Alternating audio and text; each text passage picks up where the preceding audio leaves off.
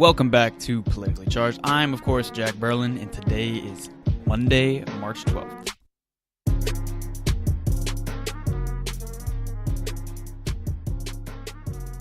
Welcome to this week's episode where Politically Charged is on the road for spring break. Last night, campaign Trump made a sudden reappearance at a rally for Republican Rick Saccone, where he was supposed to be making the case for electing Saccone to Congress. But he instead veered off course slightly and called Maxine Waters someone with a low IQ, challenged Oprah to run for president in 2020, and called Chuck Todd of NBC a sleepy-eyed SOB, all in the classiest, most presidential way possible. This capped off yet another astonishingly successful infrastructure week for the highly regarded Trump administration, one that saw our nation's greatest dealmaker stumble into a potential meeting of the minds with North Korea, which is where we will start this week's episode. On Thursday, Kim Jong-un sent word through South Korea that he intended to invite the United States to talks regarding North Korea's illegal nuclear program that has dominated the news thus far into the Trump presidency. This is a huge deal, not only because it represents an opportunity to denuclearize North Korea, but it marks an unexpected thaw in the relationship between the United States and North Korea. This relationship has led to what can only be described as the highest of high points of the Trump presidency, in which the president has constantly gotten into Twitter beef with Kim Jong-un, calling him most memorably Little Rocket Man and bragging about having a bigger nuclear button. The president immediately accepted and announced that the two leaders will meet sometime before May. Depending on if this meeting actually comes to fruition or not, Trump could be the first sitting U.S. president to ever meet with a North Korean leader face-to-face, a fact that could give Trump the historical clout he so desperately craves. Really, regardless of how you feel about the president, this would be a huge step forward if an agreement could actually be reached. I don't know about the rest of y'all, but progress made to lower the nuclear threat to the United States, I feel like that's generally a good thing, and that's exactly what could happen as a result of these meetings. However, there is some question as to what exactly caused the North Koreans to make this overture. The argument could be made that crippling sanctions played a huge part. These sanctions have spanned multiple presidencies and finally forced a boiling point in North Korea's calculus. The Trump administration, to their begrudging credit, have taken extra steps to maximize the pressure on Pyongyang that could have forced the North Koreans to the negotiating table. However, this act of dangling a denuclearization meeting has been used by North Korea before to accomplish one of its chief goals, bring the Americans to the table and therefore give themselves extra clout on the world stage. It allows Kim Jong-un to say that the Americans were forced to the table by the mighty North Korean nuclear program, which becomes a talking point that would set a precedent for how to force the United States to take a rogue state seriously. Not exactly the best precedent to set for arguably the world's lone superpower. Now, there's a ton of questions that haven't really been answered at this point, namely a date or location. Two things that I feel like are important for any type of meeting. And while this offer did catch the White House, Pentagon, and State Department off guard, which raises some questions by itself, there's too much at stake for the Trump administration to just pass this chance up. Up to this point, nothing we've done in almost the past 2 decades has been enough to force North Korea to consider denuclearization. I keep having to say that slow because I keep messing it up. Taking the meeting does give Pyongyang some extra clout on the world stage, but erasing the threat, or at least attempting to erase the threat of nuclear war without having to use our military, is something that should override all other factors. The best estimates of a war with North Korea show a large variety of things have to go right for the U.S. to declare an outright victory. And even then, hundreds of thousands, if not millions, of South Koreans, along with U.S. military personnel that are stationed in South Korea, would be directly in harm's way with no reliable way to protect them all. The Trump administration has an opportunity that's eluded the past 2 presidents, at least the past 2 presidents. And while I'm 100% certain that I'd rather take almost anyone else being in the Oval Office at this point to negotiate this deal, you're kind of stuck playing with the cards you're dealt, especially right now, and this is something that absolutely needs to be capitalized on.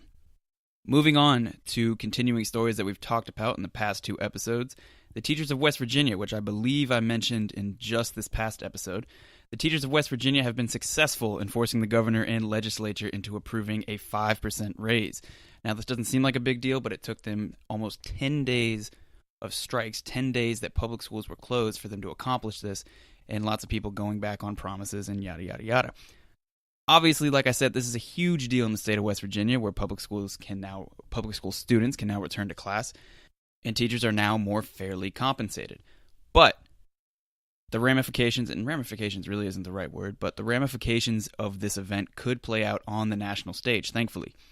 Now, teachers in both Oklahoma and Arizona are starting to get a bit restless after having seen what happened in West Virginia. In Oklahoma and Arizona, teachers are being offered no raise at all or a raise of a measly 1%.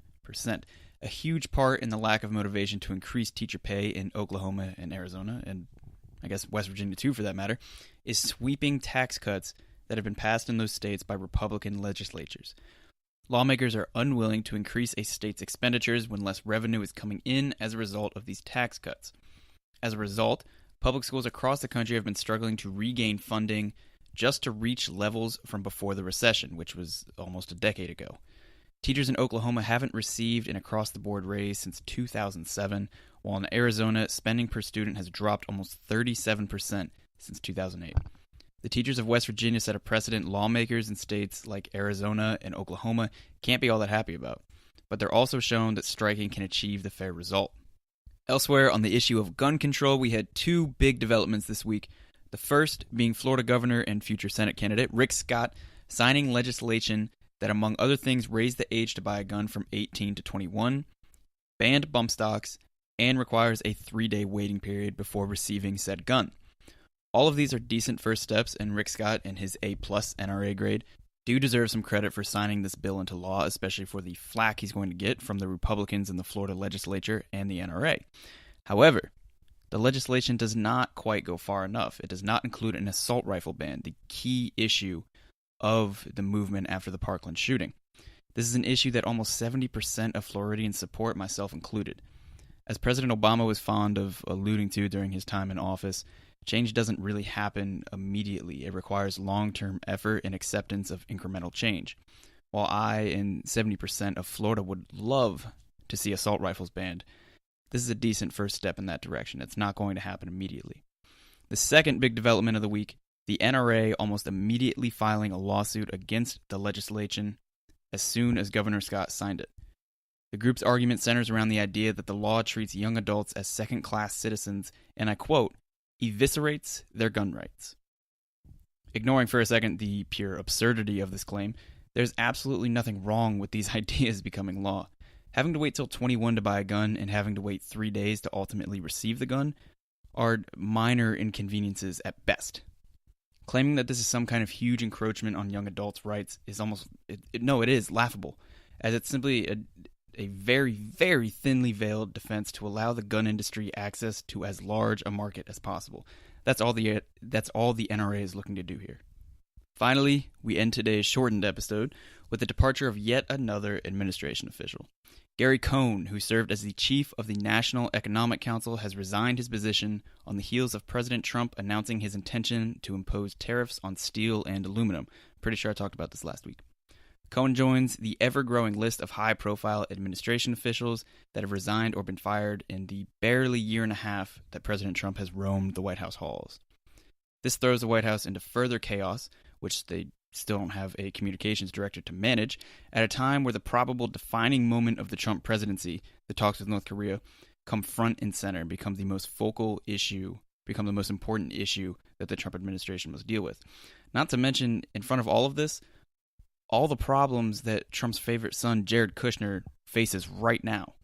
And the big Russia investigation news this week about a back channel with Moscow being established through mercenaries and shady Russian oligarchs. Really, the most important thing to know about Gary Cohn is that he's the guy that, after the Charlottesville riots and President Trump's less than great response to that, he's the guy that threatened to resign but ultimately stayed in his position. So he wouldn't resign over racist remarks from the President of the United States, but these tariffs, this pushed the man over the edge. As far as I know, right now, that's the latest and greatest and most up-to-date information I have for you. So that pretty much wraps up this week's episode. Like I said, it's short because I'm on spring break. I don't really have a lot of time between all the stuff I'm doing while I'm home to do this. So this week's episodes are going to be a little shorter. As always, be sure to leave a comment, a 5-star rating. Nothing else matters to me. And subscribe, as that helps me continue to spread the good word. Be sure to check out politicallycharged.us as always to stay up to date with all the latest content we have. I'm on Twitter at Jack Berlin, and with that, we out.